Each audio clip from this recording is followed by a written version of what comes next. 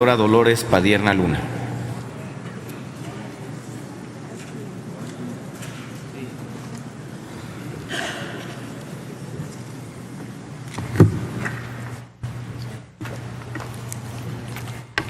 Con su venia, presidente.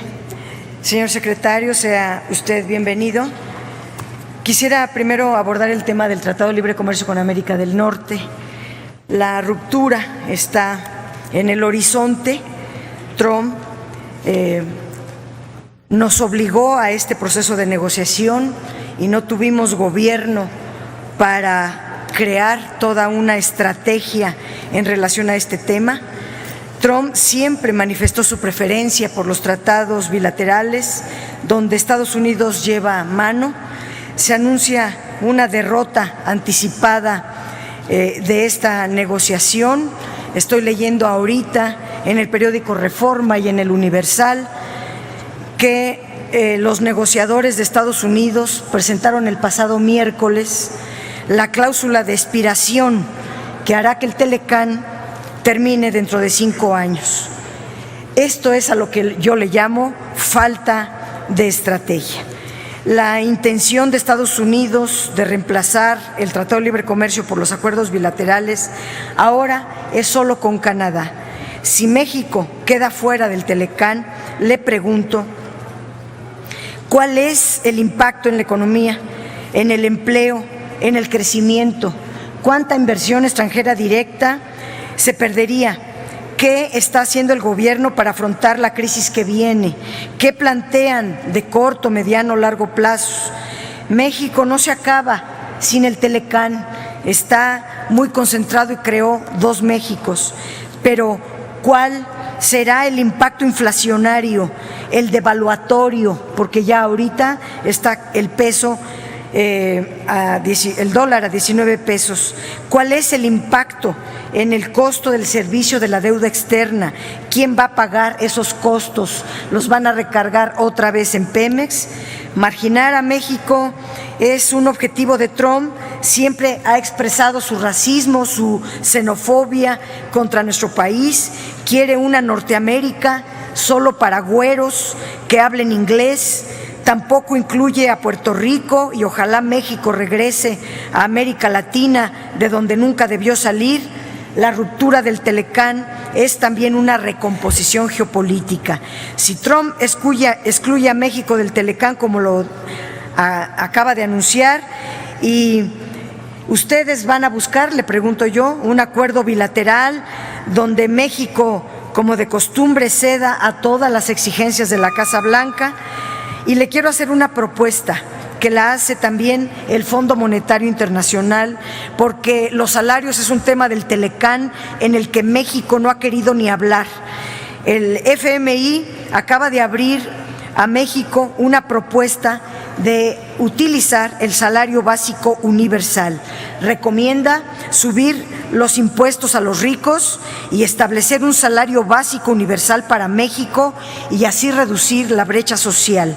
Ustedes son partidarios de los dictados del fondo.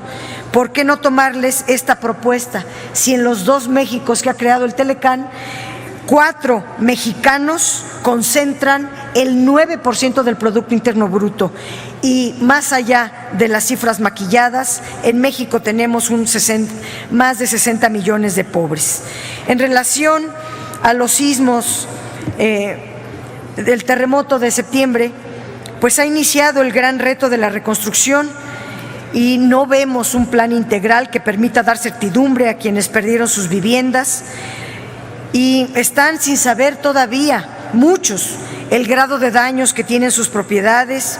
No se sabe ni cuándo ni cómo el gobierno va a garantizar el derecho a la vivienda. Aquí lo mencionan como precandidato a la presidencia. Yo diría, ningún gobernante, mucho menos ocupando el cargo que usted ostenta, puede irse a su campaña sin dejar resuelto de manera eficaz los efectos del sismo. El gobierno federal, por ejemplo, junto con el gobierno capitalino, aportaron la nimia cantidad de 890 millones para la emisión de un bono cupón cero que implica contratar deuda por 4.450 millones de pesos que pagaría la Ciudad de México. Siempre le andan escatimando la deuda y ahora hasta la regalan. Los damnificados, a su vez, pagarán 4.284 millones de pesos de intereses de créditos por 2 millones de pesos a una tasa de interés del 9%, que implica pagos de 15,000 pesos mensuales durante 20 años consecutivos. Pues aunque los quieran, no tienen para pagar esa cantidad, y esa propuesta es un verdadero negocio. Pero además, si se tienen 9.700 millones en el Fondo de Desastres de la Ciudad de México, con ese monto alcanza para construirse 20,000 viviendas a razón de 500,000 pesos cada una, que pueden ser mucho más económicas, pero me estoy yendo a el costo más alto. Se observa, pues, una insensibilidad ante esta emergencia. ¿Por qué endeudar al país, a la ciudad, si se tiene el Fonden con más de 6,000 millones, el Fonaden con 9,700 millones, el Fondo del Estado de México con 200 millones, el de Puebla con 8 millones más 50 millones que recibió de ayudas, en Oaxaca 1,400 millones del Seguro Catastrófico Estatal, 2,000 millones del Fonden que le está dando a Oaxaca, 4,000 millones del Seguro Catastrófico Federal para Oaxaca, más la ayuda internacional, más la ayuda privada? ¿Por qué prefieren endeudar a la gente que resolver el problema? Quisiera pasar a otro tema rápido. La liberalización anticipada del mercado de gasolina, según el gobierno federal, tendría como objetivo ofrecer mejores precios a los consumidores y terminar con los gasolinazos. La Secretaría de Hacienda consideró que los precios vigentes a 2016 no funcionarían con la liberalización y decidió aumentar los precios de gasolina a partir de enero de 2017 y luego hacer ajustes diarios a los precios. Estos precios aumentaron sustancialmente. Por ejemplo, el precio de la Magna aumentó 14.4% en lo que va de este año. Este importante aumento, junto con la devaluación del peso, produjo una inflación que se desborda más allá del 6%. Además, en 2014, el 48% de las ventas internas de gasolinas se abastecían con importaciones. Ahora, al mes de agosto de 2017, ese porcentaje subió a 71%. Para evitar estos incrementos mayores, la Secretaría de Hacienda a su cargo usó el IEPS, el Impuesto Especial sobre Productos y Servicios, como una variable de ajuste. Por ello, la recaudación del IEPS a gasolinas y diésel entre enero y agosto de este año se disminuyó en 40,272 millones con respecto al año pasado, una disminución del 25.2%. Le pregunto, señor secretario, en su discurso del 5 de enero de este año, Enrique Peña Nieto, para justificar el incremento abrupto a las gasolinas, dijo que en el sexenio anterior se perdieron casi 1 billón de pesos, es decir, cito textualmente a Peña Nieto, 1 millón de millones subsidiando la gasolina. Usted, señor secretario, fue secretario de Energía y de Hacienda en el gobierno anterior, a quien reprochó esta política el señor presidente. ¿Está usted de acuerdo con estas afirmaciones de Peña Nieto? Por último, le pregunto, en 2018 los ingresos públicos como porcentaje del PIB se redujeron al nivel que tenían en 2005. Se trata del retroceso más grave y será el nivel más bajo de toda la administración de Enrique Peña Nieto. Obviamente, la caída de ingresos presupuestarios se debe a la reducción de los ingresos petroleros. Se confirma lo que dijimos en los debates de la reforma energética, que la privatización del petróleo implicaría una caída de los ingresos presupuestarios en cantidades irreparables.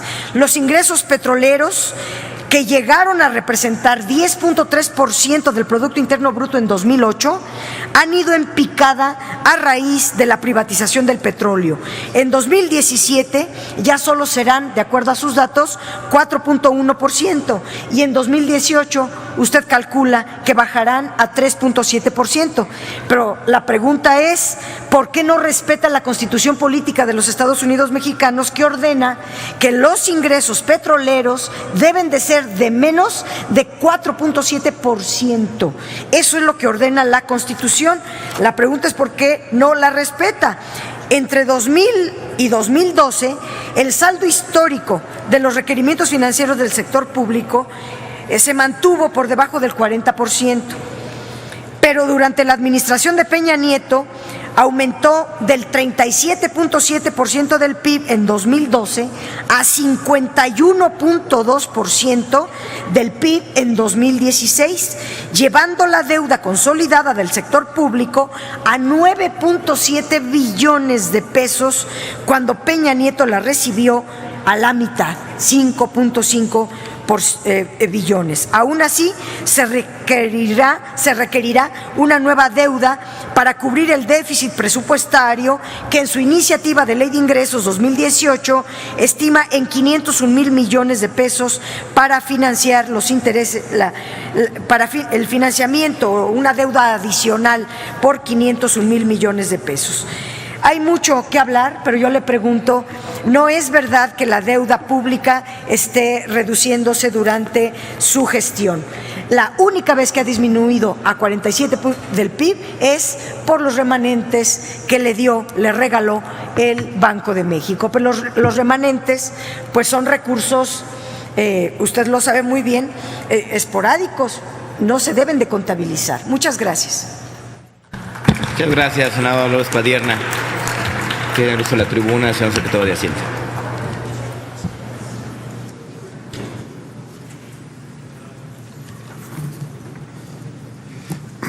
Muchas gracias, senadora Padierna, por su participación, por sus preguntas y por la oportunidad de compartir algunas reflexiones.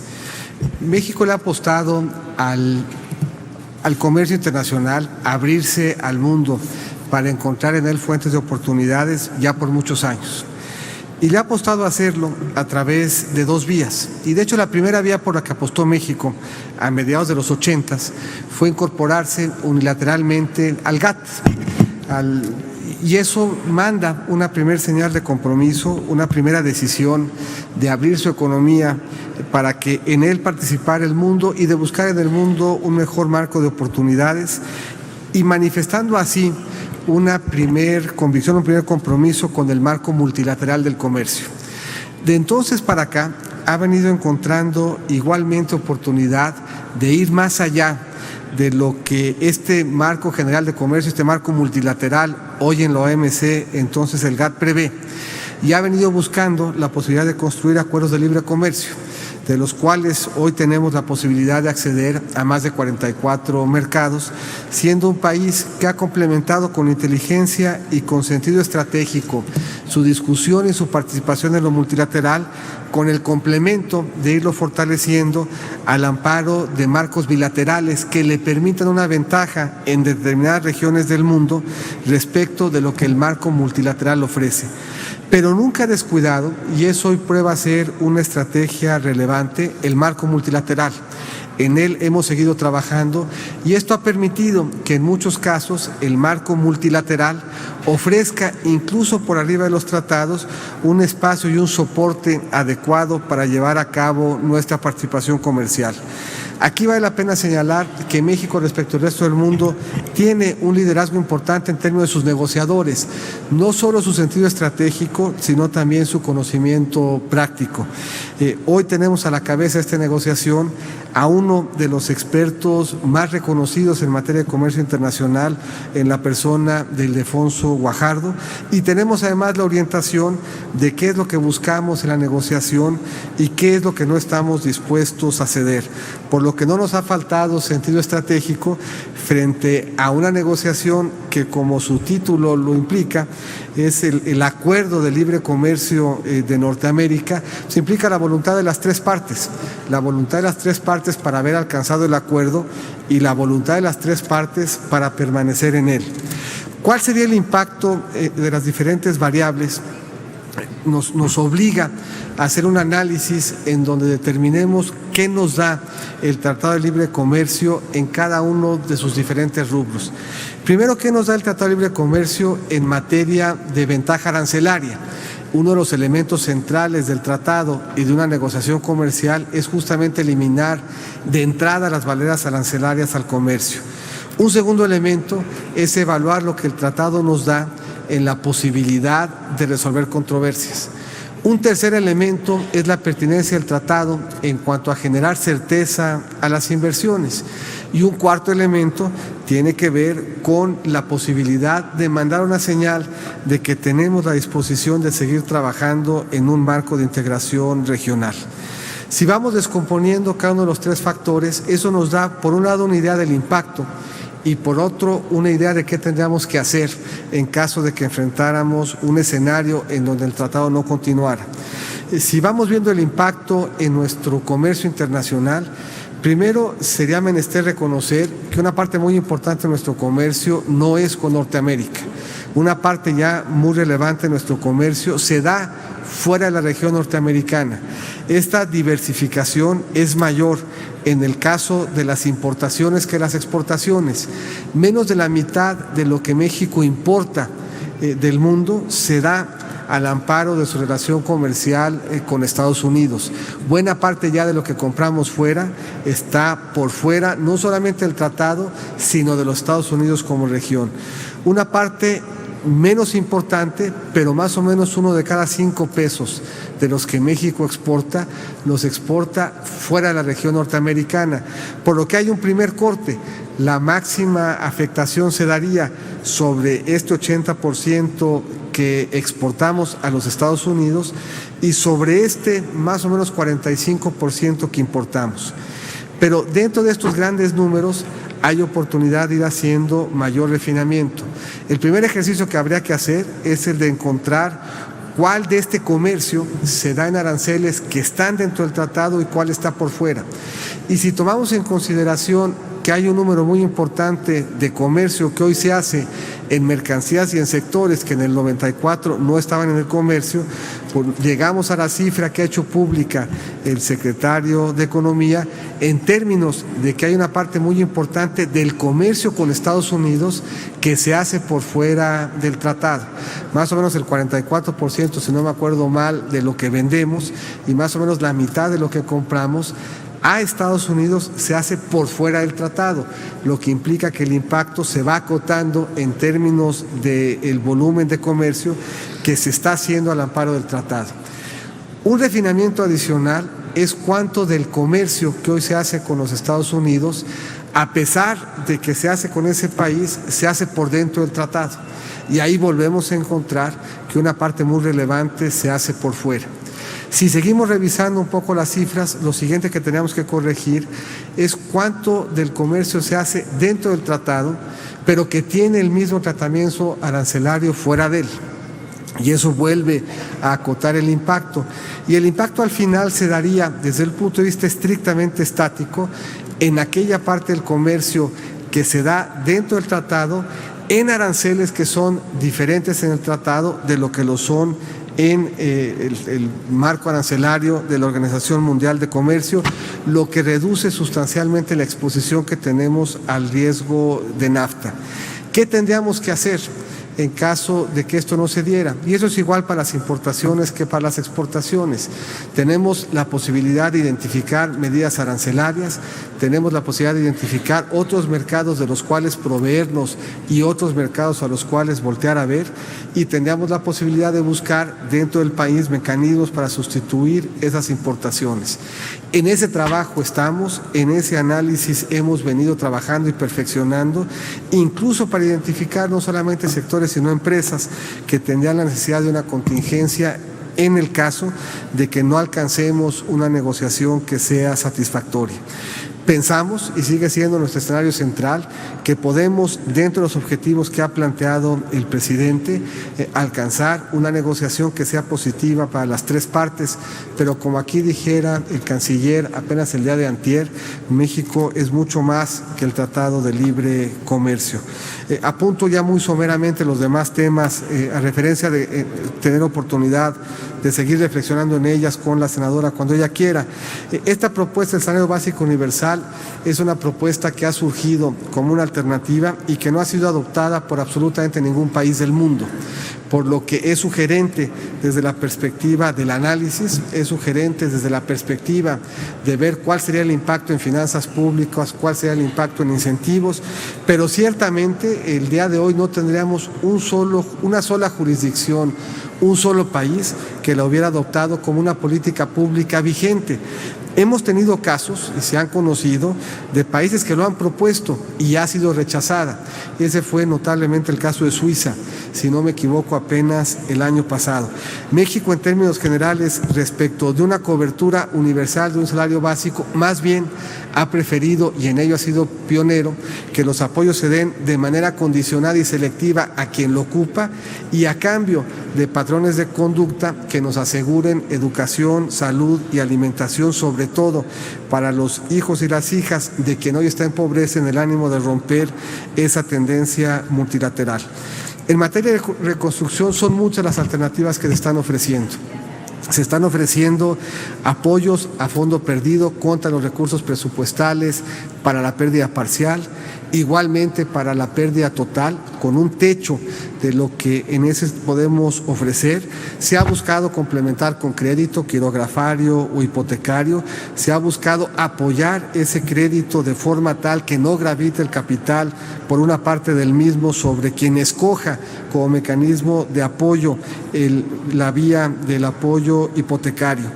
Se ha desempeñado, se ha dispuesto en ello, se ha desplegado en ello apoyos importantes de banca de desarrollo, pero se van a comprometer todos los recursos presupuestales, todos los que tenemos este año, y tendremos que hacer un esfuerzo adicional nosotros y los diferentes niveles de gobierno y complementar en él o apoyar de la misma forma con lo que la sociedad civil y el sector privado está haciendo.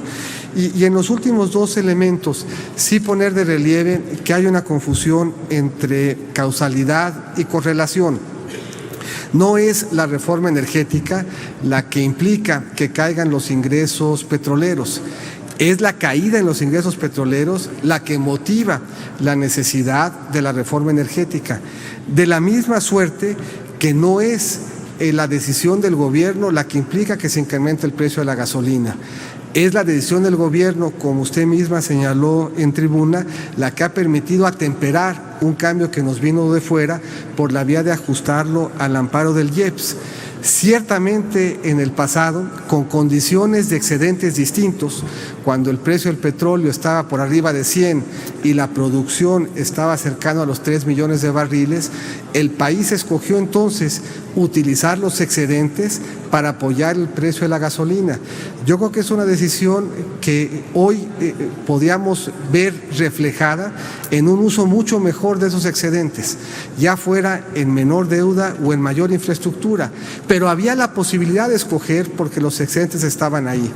El día de hoy no tenemos esos excedentes, no los tenemos por precio y no los tenemos por cantidad, y por lo tanto estamos obligados, como lo hicimos, a reflejar una circunstancia que nos vino de fuera, pero la decisión que se tomó fue la de buscar suavizar su impacto por la vía, como aquí se señaló, de sacrificar ingresos por el IEPS, dando un estímulo fiscal que permitiera suavizar una circunstancia que nos vino de fuera. Muchas gracias, senadora.